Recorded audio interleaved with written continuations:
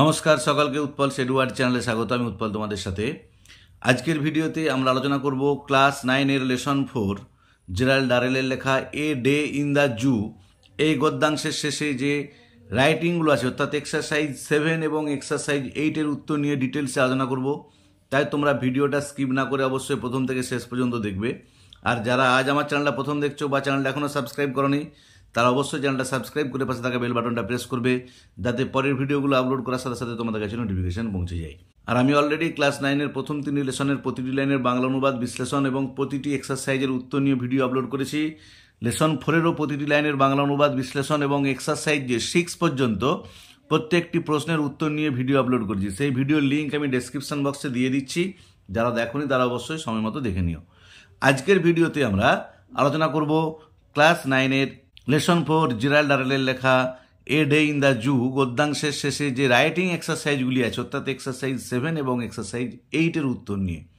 চলো শুরু করা যাক আজকের বিষয়। দেখো এক্সারসাইজ 7 কি বলা আছে, write a letter to the headmaster or headmistress of your school.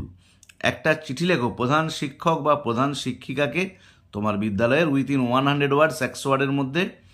Seeking leave for 3 days 3 দিনের ছুটি চেয়ে টু ভিজিট ইউর এলিং গ্র্যান্ডমাদার, তোমার অসুস্থ ঠাকুমাকে দেখতে যাবে বলে। দেখো তোমাদের সুবিধার জন্য এই চিঠিটা আমি লিখে দিয়েছি, তোমরা একটু দেখে নাও। এক্সারসাইজ 7 উত্তরটা দেখে নাও। তাহলে টু, তারপরে দ্য হেডমাস্টার অর হেডমিস্ট্রেস। যদি প্রধান শিক্ষক মহাশয় হন তো হেডমাস্টার লিখবে, আর যদি প্রধান শিক্ষিকা হন তো হেডমিস্ট্রেস লিখবে। তারপরে তোমরা তোমাদের স্কুলের নাম লিখবে। আমি এখানে এবিসি হাই স্কুল লিখেছি, দিয়ে স্কুলের ঠিকানা আমি দেখো কামারপুকুর হুগলি লিখেছি। সাবজেক্ট কি না, লিভ অফ অ্যাবসেন্স। আমরা জানি ফর্মাল লেটারেতে একটা বিষয়বস্তু লিখতে হয়, যেখানে ছুটির আবেদন। দিয়ে দেখো যদি হেডমাস্টার হন তাহলে স্যার, যদি হেডমিস্ট্রেস হন তাহলে ম্যাডাম। আমি যদি অবলিক দিয়ে লিখেছি উইথ ডিউ রেসপেক্ট অ্যান্ড অনর, উপযুক্ত শ্রদ্ধা ও সম্মানের সাথে আমি কমা দিয়ে যে যার নিজের নাম, তোমরা যারা চিঠিটা লিখবে তাদের নাম লিখতে হবে। Would like to inform you that, আপনাকে জানাতে চাই যে I am a student of class 9, আমি একজন নবম শ্রেণীর ছাত্র বা ছাত্রী। সেকশন এ সেকশনের, বা যদি কেউ বি সেকশন হও বা সি সেকশন হও সেই সেকশনটা লিখে দেবে, অফ ইউর স্কুল, আপনার বিদ্যালয়ের। আই বেগ টু ইউ, আমি আপনার কাছে অনুরোধ করছি, for a leave of next 3 days, পরের 3 দিন ছুটির জন্য। My grandmother who presently lives with my uncle in Kolkata, আমার ঠাকুমা যিনি এখন আমার কাকার সাথে কলকাতায় বসবাস করেন, has been hospitalised with serious breathing trouble, তিনি হাসপাতালে ভর্তি আছেন ভয়ঙ্কর শ্বাসকষ্টের সমস্যা নিয়ে। ফর লাস্ট ফিউ মান্থস, গত কয়েক মাস ধরে, হার হেলথ কন্ডিশন, তার স্বাস্থ্যের অবস্থা, হ্যাজ নট বিন গুড, ভালো নয়। As I have a strong mental bonding, যেহেতু আমার রয়েছে একটা জোরালো বা শক্তিশালী মানসিক বন্ধন উইথ হার, তার সাথে। The news made me totally upset, এই সংবাদটা, খবরটা আমাকে পুরোপুরি মানসিক দিক থেকে ভেঙে দিয়েছে। তারপর প্যারা চেঞ্জ করে I shall be grateful to you, আমি আপনার কাছে কৃতজ্ঞ থাকবো। If you kindly grand me a leave, যদি আপনি দয়া করে আমাকে একটা ছুটি অনুমোদন করেন, অফ 3 ডেজ, ফ্রম, 3 দিনের জন্য। ফ্রম দিয়ে দেখো ডেটটা দিয়ে দিবে 23শে মার্চ, বা যেদিন তোমরা চিঠিটা লিখবে সেদিন থেকে 3 দিন। আমি লিখেছি এখানে 23শে মার্চ থেকে 25শে মার্চ পর্যন্ত 2024 সালের। সো দ্যাট, যাতে করে, I shall be able to go to Kolkata, আমি সক্ষম হই কলকাতা যেতে। টু স্ট্যান্ড বাই হার, তার পাশে দাঁড়ানোর জন্য, মানে অসুস্থ ঠাকুমার পাশে গিয়ে দাঁড়ানোর জন্য। I shall again attend my regular classes, আমি আবার উপস্থিত থাকবো আমার দৈনন্দিন ক্লাসেতে। আফটার মাই রিটার্ন, আমার ফিরে আসার পর, যে ফিরে আসার পর আমি নিয়মিতভাবে আবার ক্লাসে উপস্থিত থাকবো। দিয়ে দেখো ডান দিকে নিচে লিখবে ইয়োর্স ফেথফুলি, লিখে নিজের নাম, পুরো নাম লিখবে একদম টাইটেল সহ, ক্লাস, সেকশন, রোল নাম্বার। বাঁ দিকে নিজের ঠিকানা লিখে ডেট দেবে। দেখো আমি আরেকবারটি বলে দিচ্ছি উত্তরটা।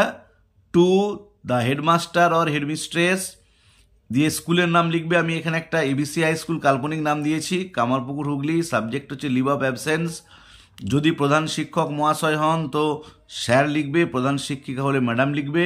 যে কমা দিয়ে, কমা নিচে থেকে লিখবে with due respect and honour I, comma দিয়ে যে যার নিজের নাম, comma, would like to inform you that I am a student of class 9, সেকশনটা তোমরা যে যার মেনশন করবে। যদি কারো সেকশন না থাকে তো তাকে লিখতে হবে না। Of your school, I beg to you for a leave of next 3 days.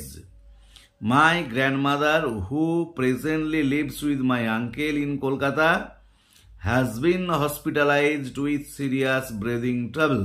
For last few months, her health condition has not been good. As I have a strong mental bonding with her, the news made me totally upset. I shall be grateful to you if you kindly grant me a leave of 3 days from তোমরা যেদিন চিঠিটা লিখবে সেদিনের date দেবে 23rd March to দিয়ে 3 দিন যেটা হচ্ছে দেখো 23, 24, 25 তাহলে 25th March 2024 so that I shall be able to go to Kolkata to stand by her. I shall again attend my regular classes after my return.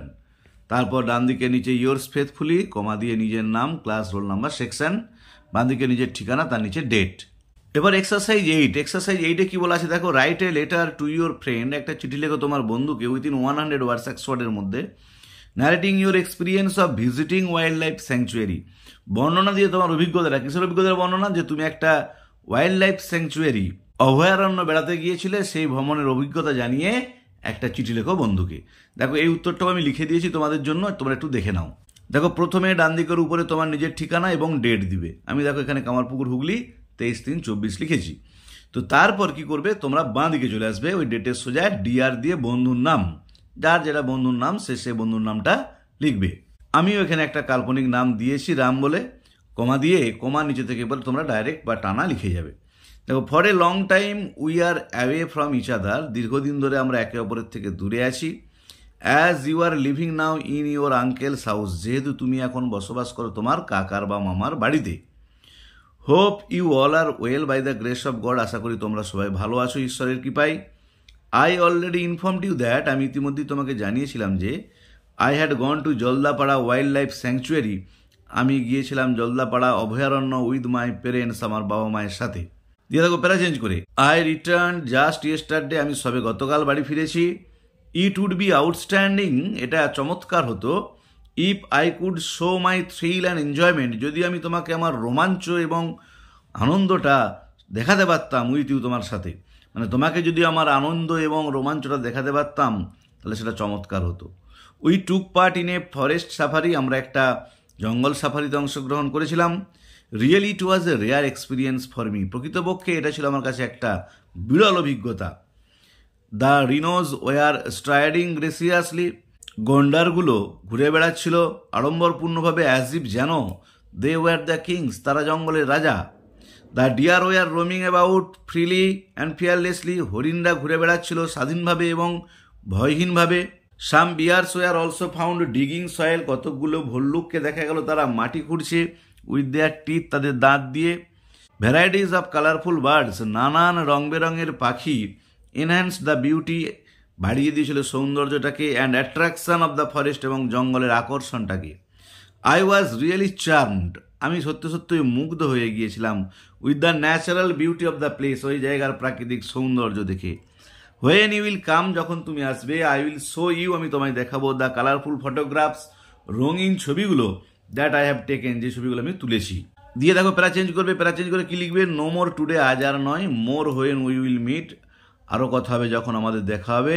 My best regard to your parents আমার শ্রদ্ধা তোমার বাবা মাকে and love to you এবং তোমাকে ভালোবাসা। ডান দিকে নিচে ইউর লাভিং ফ্রেন্ড দিয়ে নিজের নাম লিখবে আর বাঁ দিকে এই দেখো একটা বক্স করে দিয়েছে এখানেতে বন্ধুর পুরো ঠিকানাটা লিখতে হবে তোমাকে মানে যে বন্ধুকে উদ্দেশ্য করে তুমি চিঠি লিখছো দেখো এখানে আমি রাম বলেছি তাহলে রামের পুরো ঠিকানা দিয়ে দেখো এই ডান দিকের উপরটাতে ছোট্ট করে একটা ঘর করে স্ট্যাম্প। দেখো আমি আরেকবারটি বলে দিচ্ছি যদি কারো হাতে লেখা বুঝতে সমস্যা হয় ভালো করে দেখে নাও। তাহলে প্রথমে ডান দিকের উপরে তোমার ঠিকানা এবং তারিখ দিলে দিয়ে ডিয়ার বন্ধুর নাম কমা দিলে কমার পর থেকে for a long time we are away from each other as you are living now in your uncle's house. Hope you all are well by the grace of God. I already informed you that I had gone to Jaldapara wild life sanctuary with my parents. Para change kore I returned just yesterday. It would be outstanding if I could show my thrill and enjoyment with you. We took part in a forest safari. Really it was a rare experience for me. The rhinos were striding graciously as if they were the kings. The deer were roaming about freely and fearlessly. Some bears were also found digging soil with their teeth. Varieties of colorful birds enhance the beauty and attraction of the forest. I was really charmed with the natural beauty of the place.